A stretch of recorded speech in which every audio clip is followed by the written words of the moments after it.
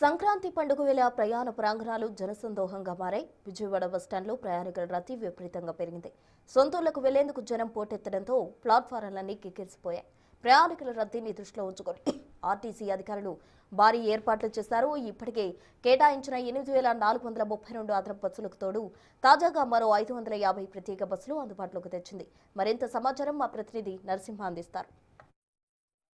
పండుగకు సొంతూళ్లకు వెళ్లే వారితో విజయవాడ పండిట్ నెహ్రూ బస్టాండ్ రద్దీగా మారింది. ఒక్కసారి విజువల్స్లో చూడొచ్చు ఏ విధమైనటువంటి రద్దీ ఉందో. మొత్తం కూడా ప్రతి బస్సు కూడా ఇప్పటికే ఆక్యుపెన్సీ ఫుల్ అయింది, రిజర్వేషన్ కూడా ఫుల్ అయిపోయింది. అటు హైదరాబాద్ నుంచి వస్తున్న వారు విజయవాడ హాల్టింగ్ చేసి ఇక్కడి నుంచి నేరుగా మరొక బస్సు ఎక్కే పరిస్థితి. ఎందుకంటే హైదరాబాద్ నుంచి నేరుగా అటు రాజమండ్రి హైదరాబాద్ వెళ్ళాలన్నా కూడా ఇప్పటికే ఫుల్ అయిన పరిస్థితి. ఈ నేపథ్యంలోనే హైదరాబాద్ నుంచి వచ్చిన వారు విజయవాడ హాల్టింగ్ చేసి ఇక్కడి నుంచి నేరుగా మరొక బస్సు ద్వారా వెళ్తున్నటువంటి పరిస్థితి కనిపిస్తుంది. దాంతోపాటు మొత్తం ఇక్కడ ఉన్నటువంటి ఇక్కడి నుంచి వెళ్ళేవారు, అటు విజయవాడ నుంచి వెళ్ళేవారు, రాజధాని ప్రాంతం నుంచి వెళ్ళేవారితో కూడా ప్రస్తుతం పండిట్ నెహ్రూ బస్టాండ్ రద్దీగా మారింది.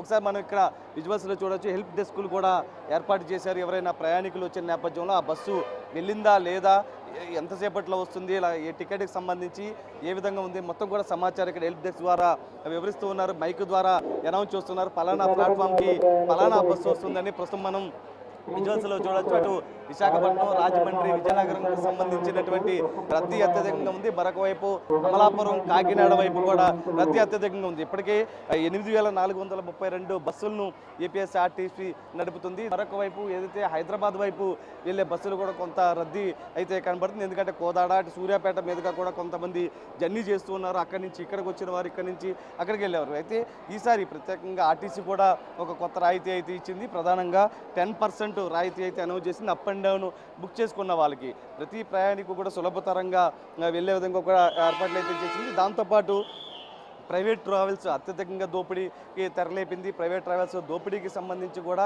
ఒక టికెట్ 1000 రూపాయలు ఉంటే కనుక ఏసీకి సంబంధించి సీటరు దాన్ని ప్రజెంట్ 3,000, 4,000కు కూడా విక్రయిస్తుంది. ఎందుకంటే రద్దీ అంతా మేర ఉంది. ఏసీ స్లీపర్ బస్సు అయితే దాదాపు 5,000, 4,000 నుంచి 5,000 కూడా డిమాండ్ ఉన్నటువంటి పరిస్థితి. ప్రస్తుతం చూడొచ్చు, సీట్లన్నీ ఫుల్ అయిపోయిన నేపథ్యంలో డ్రైవర్ వెనకాల ఉన్నటువంటి సీట్లో కూడా కూర్చోబెట్టి మరీ కూడా జర్నీ చేస్తున్నారు. నెల్లూరు వైపు, అటు ఇతరత్ర మార్గాల వైపు కూడా రద్దీ ఏ విధంగా ఉన్నది. ప్రస్తుతం ప్రతి బస్సు కూడా వచ్చినటువంటి ప్రతి బస్సు ఫుల్ అయిపోయి వెళ్ళిపోయే విధంగా 10 నిమిషాల్లోనే మరొక బస్సు వచ్చి ఎక్కించుకునే విధంగా కూడా ఆర్టీసీ అధికారులు కసరత్తు చేశారు. దాదాపు 8,432 బస్సులను అదనంగా ఉంచారు. ప్రస్తుతం వీటితో పాటు ఈ బస్సులతో పాటు అదనంగా మరొక ప్రస్తుతం ఏదైతే రద్దీ ఎక్కువగా ఉన్న నేపథ్యంలో మరొక 550 బస్సులను అయితే అందుబాటులో ఉంచారు.